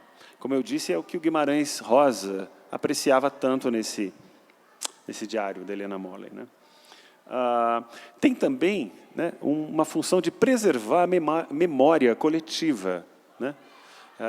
Por exemplo, a gente sabe o que é uma jucuba depois que leu, né? Você se lembra do início da aula? Depois que a gente leu isso aqui, né? Os hábitos, né? A relação, a proximidade, as formas de convívio, tudo isso que eu já falei, é inerente à forma diária. Quer dizer, preservar essa memória de uma coletividade, memória coletiva.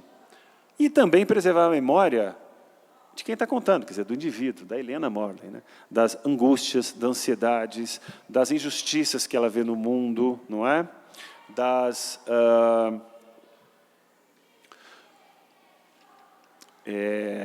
Dos valores que ela critica ou não, quer dizer, a visão individual, pessoal, íntima, privada dela, né? Que está ou seja, a memória dela, do indivíduo, e a memória de todo mundo que está em volta dela, ou seja, de uma coletividade. Né? Vira uma espécie de análise, de autoanálise. Né? Tem um dado momento em que ela diz, né, escrevo tudo neste caderno, que é meu confidente e amigo único. Né? Então, recapitulando, o diário, a forma diário, tem essas 3 características. Né? 4, perdão. A variabilidade de assunto, ou seja, muda o tempo inteiro, a cada data que entra, muda completamente. Né? Tem uma função estética, ou seja, elaborar a linguagem, trabalhar com a linguagem, né? Sendo em conta como descrever aquilo. Né? Uma função de preservar a memória coletiva, né? Que é muito evidente nesse aqui, né? Nesse livro, especialmente, nesse diário, especialmente, e preservar a memória de alguém, de um eu, do indivíduo, ou seja, preservar a memória individual. Né?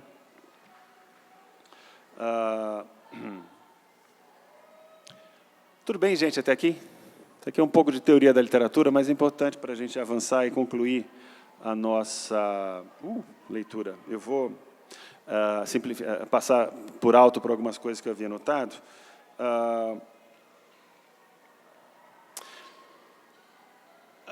A grande questão que os críticos de literatura colocam para si mesmos quando estão tratando de Minha Vida de Menina é o seguinte, e a gente pode se colocar essa questão.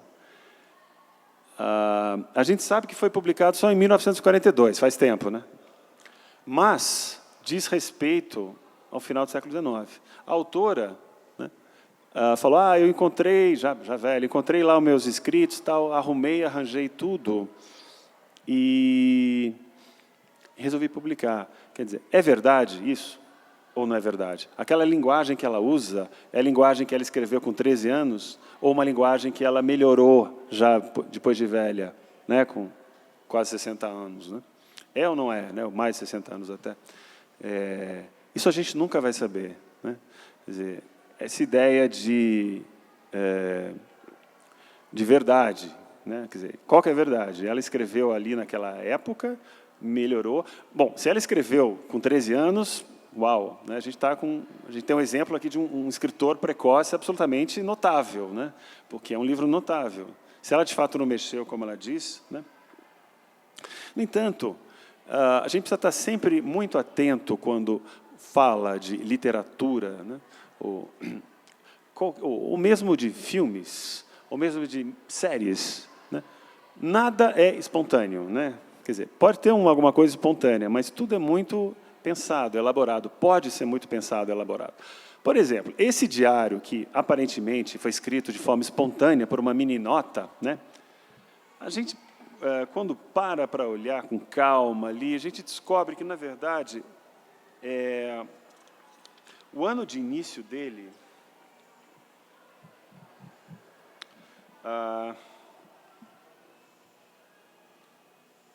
aqui, que ele se inicia em 5 de janeiro de 1893 e vai acabar quando? Vocês se lembram? Chutem uma data aí. 13 de julho, 15 de agosto, 29 de fevereiro, vai que é ano bissexto. Não. Começa em 5 de janeiro, ou seja, praticamente no início do ano, e conclui em 31 de 12 de 1895. Ou seja, a gente tem um período ali de 2 anos muito claro. Será que foi gratuito ela ter escrito isso? Será que ela resolveu parar em 31 de dezembro de 1895? Não, né? Ela certamente quis contar uma história aqui que tivesse começo, meio e fim, a começar da data que ela escolheu. Quer dizer, tem 2 anos perfeitos, praticamente 2 anos perfeitos. E ela também não se chama Helena Morley, como vocês sabem, né? Isso foi uma invenção no nome dela, né? O nome dela é Alice Dayrell Caldeira Brant, né? Ou seja, também ela não é Helena Morley, embora a gente saiba que tem alguém que está contando a história para a gente que se chama Helena Morley, né? Cujo pai se chama Alexandre, cuja mãe se chama Carolina. Quer dizer, na vida real dela, ela não é Helena, nem o pai é Carolina, nem a mãe é Carolina, nem o pai é Alexandre. Ou seja, a gente começa a perceber que talvez estão levando a gente na conversa, né? Ou, melhor, mais do que estão levando a gente na conversa, de que toda obra literária, né, tem um quê de organização, de reflexão. Ela é pensada, né, em grau maior, em grau menor, isso não se discute, mas em algum nível ela é pensada, né? Existia um crítico, que se alguém for fazer letras aqui, vai passar por ele, né? Existia um crítico americano muito importante no século XX, que se chamava, enfim, Wayne Booth, que ele dizia muito claramente, olha, tem um livro importante, dizia, a função de todo autor, quando vai escrever um romance, até uma carta para o namorado, um e-mail, né? Eu cito entre aspas, que é a expressão dele, é em inglês, mas é controlar o leitor, né? Quando vocês vão escrever uma carta para alguém muito próximo, afetivamente, marido, namorado, namorada, esposa, vocês querem fisgar, entre aspas, o leitor daquela carta, né, por um aspecto muito particular, né? Vocês não vão escrever qualquer coisa. Assim como vocês vão escrever uma carta para uma outra situação qualquer, né, vocês pressupõem um leitor diferente, né, daquele que, por exemplo, uma carta íntima ou afetiva, né? Então, essa é a ideia básica. Todo mundo que escreve alguma coisa tem, no final, o objetivo, consciente ou não, de controlar o leitor, né? Por exemplo, vocês sabem que essas séries que vocês adoram ver na Netflix, eu sei disso, né? Assim como antigamente eu via telenovelas, todas essas séries são baseadas em pesquisas com espectadores, né? Ou seja, o que você gostaria, que tipo de personagem? Ah, eu acho que está faltando personagem, sei lá, trans. Opa!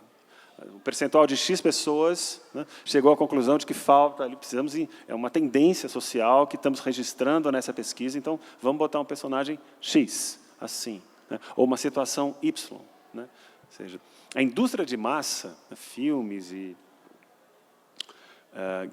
minisséries, sobretudo, né, elas trabalham o tempo inteiro com essa expectativa, horizonte de expectativa do leitor. O que o leitor espera ver, ou o espectador espera ver no filme, na série, no livro, não é? Quer dizer, o que esse crítico literário lá de escrever um livro há mais de meio século falou é isso. Um autor quer controlar o leitor, né? E o que a gente começa a perceber, vendo muito rapidamente, é que essa autora desse livro também está querendo controlar o leitor, né? Eu vou dar mais um exemplo que pode ser interessante. E, olha, depois disso eu falo 10 minutos, não passo disso. Se vocês tiverem energia, a gente vê um pedacinho de filme, se não, menciono. Vamos tentar imaginar que esse diário, Minha Vida de Menina, é um romance. Sim, um romance. Começo, meio e fim. Qual que seria o ponto máximo? A personagem mais importante, né? O momento de maior tensão, de maior sofrimento, maior dor de todo ele. Vai, para quem leu? Eu sei que todos não leram aqui, hein? Acontece, vestibular é assim mesmo.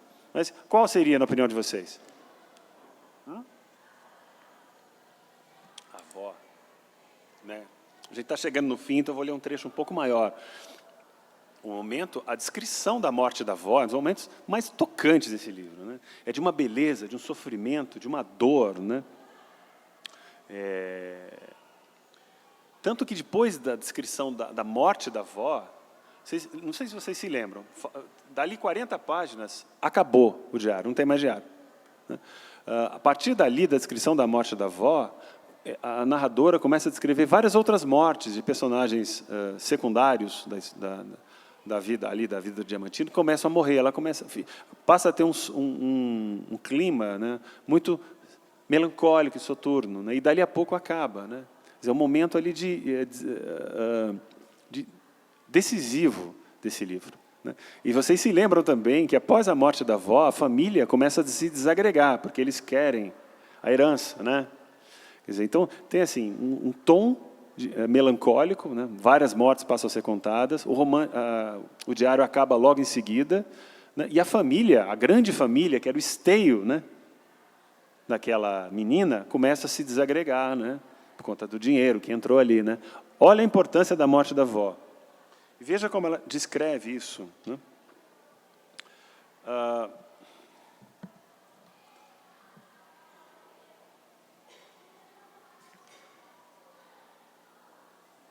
Pouquinho antes, a morte da avó. Olha. Terça-feira, 3 de setembro de 95. O diário vai acabar em 31 de 12. Estamos pertinho do final. Eu vou ler um pouco mais lentamente, pulando alguns trechos dessa passagem. Né? Vovó morreu. Ó, querida vovó, para que Deus a levou e me deixou sozinha no mundo com tantas saudades. Sozinha, sim, minha vozinha querida.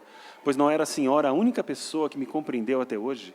Quem encontrarei mais na vida para dizer-me que sou inteligente, bonita e boazinha? Quem mais se lembrará de me dar um vestido bonito para não ficar inferior às primas?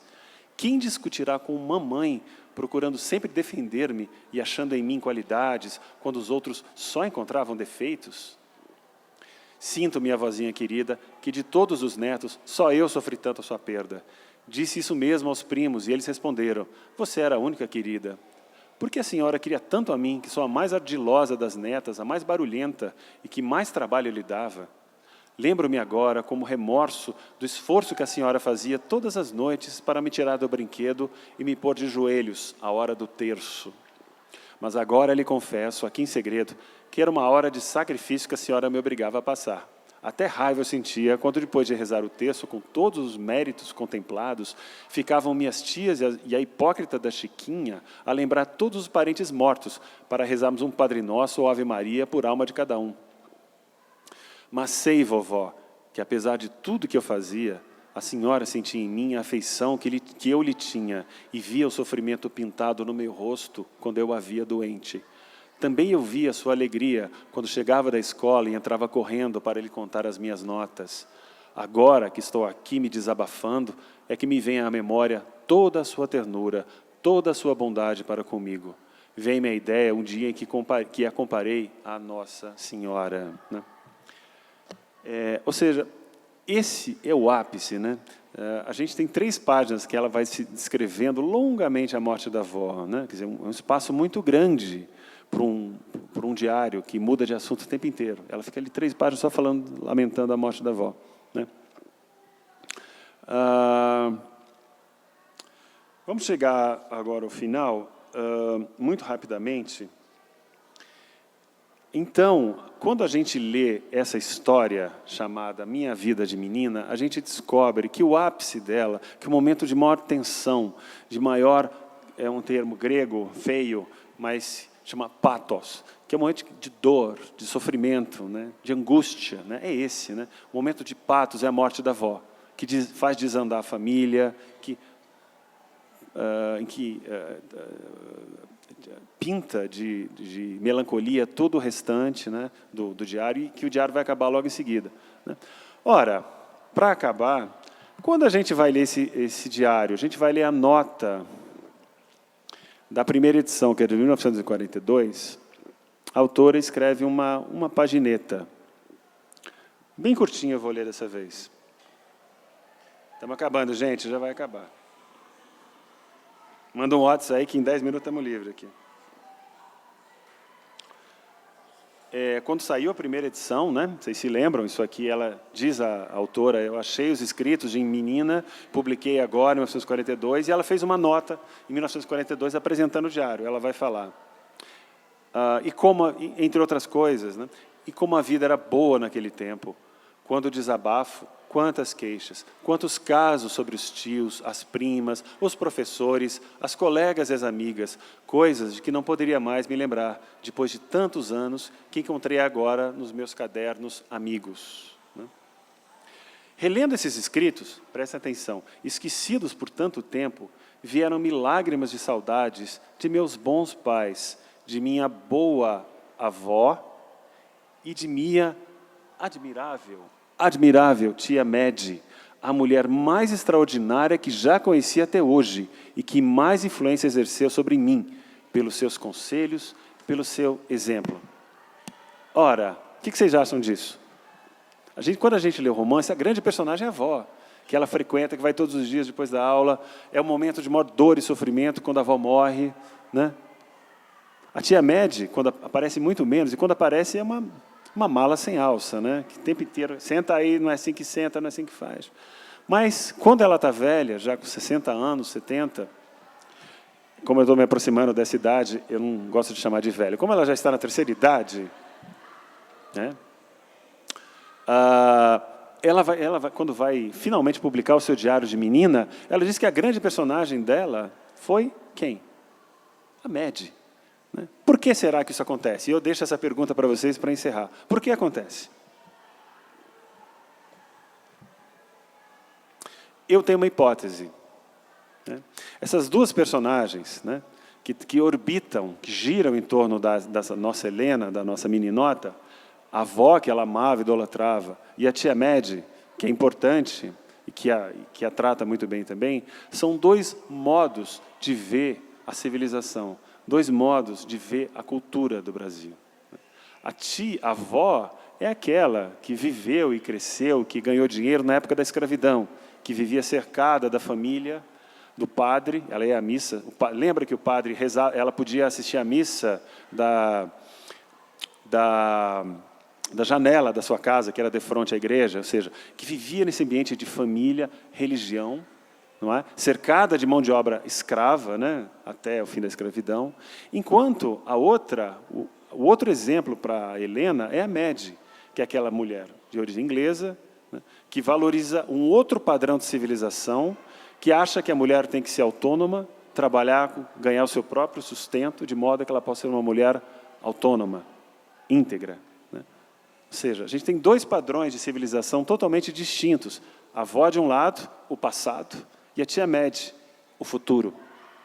Então, talvez seja por isso que ela, já velha, já na terceira idade, né, em 1942, vai ver tamanho valor na tia Medi. Porque ela, com a sua chatice, com a sua amolação, a preparou para um outro padrão de civilização que estava vindo, de uma sociedade liberal, sem mão de obra escrava, né, em que a mulher teria um outro papel a exercer nessa sociedade. Parece claro a vocês isso, gente? Tá bom. Muito bem. Eu termino por aqui. Por favor, façam as perguntas que vocês quiserem. Né?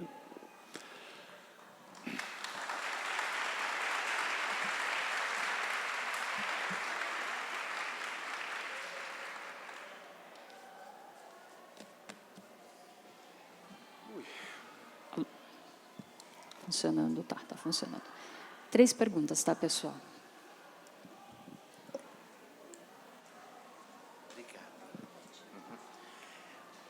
Bom dia, professor. Bom dia. Professor, a minha pergunta é o seguinte. Sim.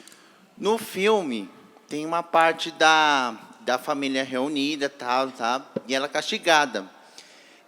A minha pergunta esse castigo seria a imposição dela, porque ela não fez nada e ela pagou o preço no filme. E no livro fala alguma coisa do tipo, mais ou menos. Aham. Seria isso, mais ou menos? Da família ter um tipo de um preconceito com ela? Tinha, Não sei se é preconceito, esse é um termo que tem uma conotação muito forte, né? Mas tinha uma incompreensão muito grande com ela. Sobretudo o tio Geraldo, que era o tio rico da família, né? E a quem a avó dela conferia toda a administração do patrimônio dela, né? Então, ele era o tio sério, que deu certo na vida, era o pai do Leontino, né, o primo que veio do Rio, e ele não entendia, ele, sobretudo, estava sempre recriminando ela, né?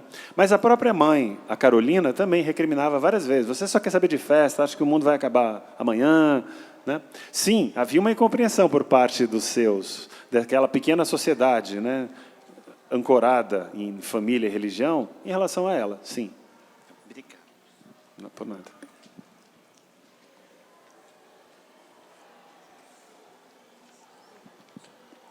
Bom dia. Bom dia. Pode-se dizer que essa obra ela é mais sociológica do que literária? Eu acho que não. Eu acho que elas duas coisas ao mesmo tempo, né? Como toda grande obra literária, ela tem assim, falando genericamente, uma preocupação com a forma, né? A gente viu, deu os exemplos agora, poderia dar muitos outros, da forma diário, né? Como é que ela lida, como é que muitas vezes a morte da avó é uma espécie de ápice, né, desse diário, como se fosse um diário pensado para ser um romance, né? Essa nota de abertura, né, que escrito 60 anos depois, quer dizer, existe uma reflexão em minha vida de menina sobre a forma, né? Quer dizer, como fazer, como contar a história. Mas, ao mesmo tempo, tem, sim, um aspecto de registro, né, sociológico, antropológico, né, muito grande. Sim, existe. Por nada. Bom dia. Bom dia. Eu queria saber se a FUVEST tem mais chance de fazer a pergunta do livro fazendo a comparação a outro livro, ou se ela pode fazer uma pergunta mais destinada, mais direta do livro, sobre a história. Olha, eu vou te dar uma opinião de leitor, de alguém que tem um filho que, por acaso, vai fazer vestibular agora, né? Que acompanha como pai, mais do que como formulador de perguntas, né? Eu acho que tende... eu acho, uma opinião absolutamente pessoal, né? Não faço parte da comissão do FUVEST, não fiz, nunca fiz, mas eu acho que esse amplo painel sociológico, antropológico, né, que eu mencionei, né, logo no início da aula, na maior parte da aula, acho que tem a impressão que essa vai ser a ênfase, né? A questão da escravidão, a questão da depreciação da mão de obra do trabalho, né? A questão dos costumes, né? Da religiosidade. Acho que se eu imagino que eu conheço da FUVEST, das provas que eu já acompanhei, seria mais esse aspecto que seria enfatizado. Por nada. Bom, queria agradecer muito, Marcos, pela sua presença, por aceitar nosso convite, pelo seu trabalho maravilhoso aqui hoje. Agradecer a presença de todos vocês e até semana que vem.